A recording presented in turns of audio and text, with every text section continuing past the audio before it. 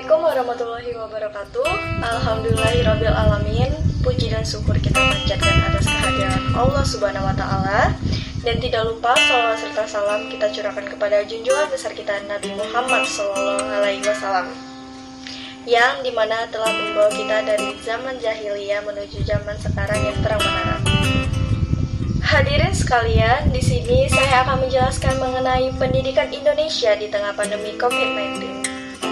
Para hadirin sekalian, kerja keras para guru dan dosen selama ini sungguh patut diapresiasi. Di tengah pembatasan sosial akibat wabah COVID-19, mereka harus tetap semangat mengajar dan memberi ilmu kepada para muridnya.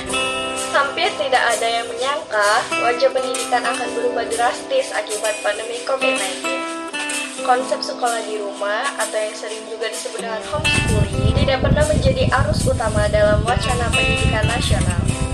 Tapi, kebijakan physical distancing untuk memutuskan penyebaran wabah memaksa perubahan dari pendidikan formal di bangku sekolah menjadi informal di dalam rumah atau homeschooling, di mana dengan menggunakan sistem online dalam skala nasional. Bahkan, ujian nasional tahun ini pun terpaksa ditiadakan. Tantangan pendidikan sistem pendidikan online pun tidak mudah. Samping disiplin pribadi untuk belajar secara mandiri, ada fasilitas dan sumber daya yang mesti disediakan. Kita harus bersyukur pemerintah masih mampu memfasilitasi kita untuk pendidikan jarak jauh. Tapi masih saja banyak keluhan orang tua murid dan juga tenaga pendidikan yang kesulitan, baik dalam menyediakan perangkat belajar seperti ponsel ataupun laptop maupun pulsa untuk koneksi internet.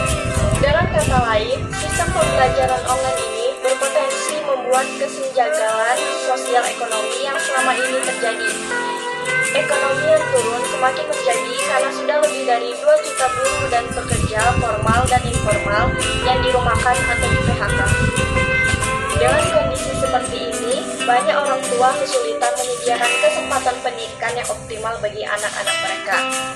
Dalam situasi yang lebih buruk, orang tua malah bisa berhadapan pada pilihan dilematis, memberi makan keluarga atau membiayai pendidikan anak. Ini berpotensi membuat angka putus sekolah semakin meningkat. Sejak kebijakan belajar dari rumah diterapkan secara nasional mulai tanggal 16 Maret 2020, muncul indikasi naiknya angka putus sekolah di berbagai tempat, mulai dari Papua, Maluku Utara, hingga Jakarta. Angka putus sekolah dari kawasan perdesaan pun juga diperkirakan akan naik. Dalam jangka panjang, anak-anak yang putus sekolah ini memiliki kemungkinan besar untuk menganggur, baik secara tertutup ataupun terbuka.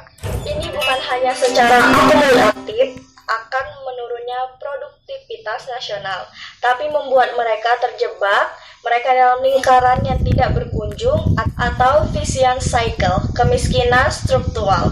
Oleh karena itu, kita perlu memijakkan fasilitas pendidikan yang telah disediakan oleh para pemerintah, seperti tidak boros pulsa.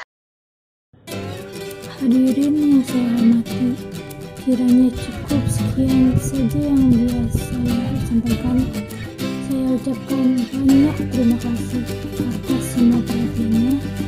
Jika terdapat banyak tutur kata yang kurang berkenan di hati, maka saya juga mohon maaf yang sebesar-besarnya. Wassalamualaikum warahmatullahi wabarakatuh.